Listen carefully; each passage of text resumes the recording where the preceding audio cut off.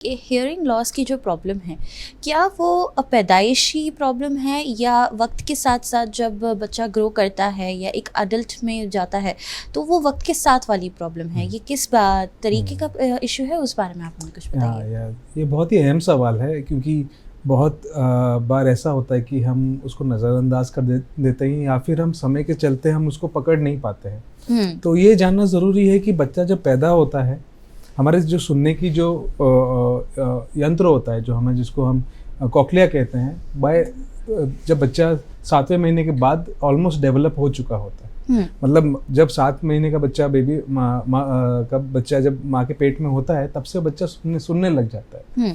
And जब बच्चा पैदा होता है उसको सुनाई देना चाहिए, बच्चा जब पैदा होता है। तो हम ये पेरेंट्स को ये बताते हैं कि बच्चा जब पैदा होने के बाद सुनाई का टेस्ट ज़रूर होना चाहिए।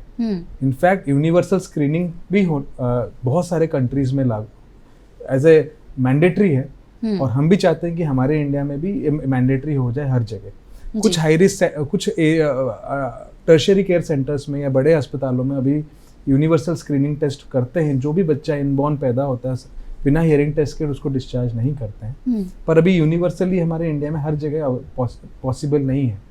कुछ स्क्रीनिंग के लिए हम टेस्ट के लिए हम यूज़ करते हैं, जैसे बच्चा सांस ले रहा है नहीं ले रहा है, बच्चे का बाकी जो ऑर्गन है वो हम देख पाते हैं क्लिनिकली, जो पीडियाट्रिशियन देखते हैं। लेकिन जो सुनने वाला है अभी भी कुछ हद तक हम उसको टेस्ट नहीं करते हैं बच्चा पैदा होने के बाद।